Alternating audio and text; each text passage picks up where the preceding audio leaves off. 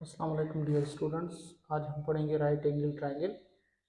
तो right angle triangle उस triangle को कहा जाता है जिसकी एक एंगल राइट हो तो हम उसे राइट एंगल ट्रायंगल कहते हैं।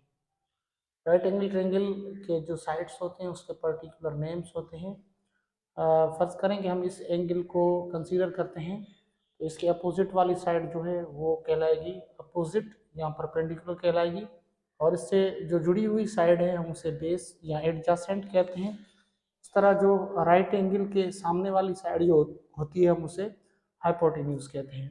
फर्दर उसकी मतलब कि राइट एंगल ट्रायंगल की एक और भी डेफिनेशन है कि ऐसा ट्रायंगल जो पैथागोरस थ्योरम को सेटिस्फाई करे हम उसे राइट एंगल ट्रायंगल कहते हैं।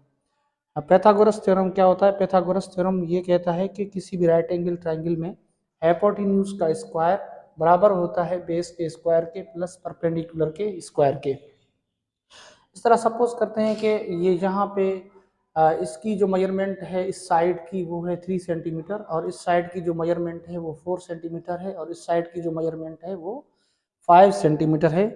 तो हाइपोटेन्यूज हमारा 5 सेंटीमीटर है तो 5 सेंटीमीटर का square is equal to base हमारा 4 सेंटीमीटर है तो 4 सेंटीमीटर का स्क्वायर प्लस परपेंडिकुलर हमारा 3 सेंटीमीटर है तो 3 सेंटीमीटर का स्क्वायर।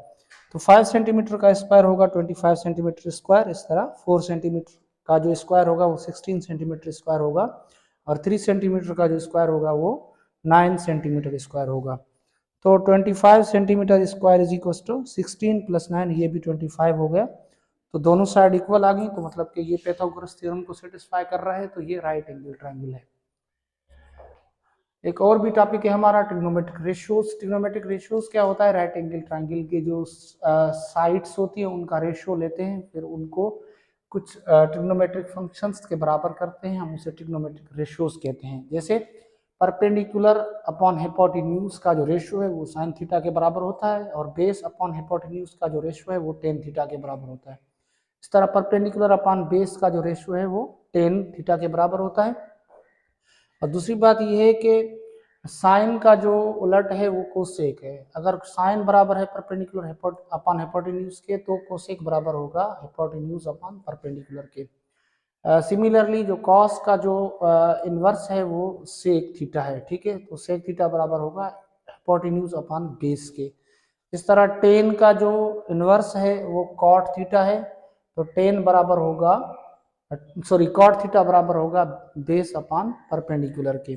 एक और बात कि हम कह सकते हैं कि sine theta is equal to 1 upon cosec theta, और cos theta is equal to 1 upon sec theta, और tan theta is equal to 1 upon cot theta. Similarly tan theta is equal to sine theta upon cos theta, और cot theta is equal to cos theta upon sine theta. आज के लिए इतना ही, इंशाल्लाह अगले lecture में हम फर्दर इसकी वजाहत करेंगे। Thank you so much.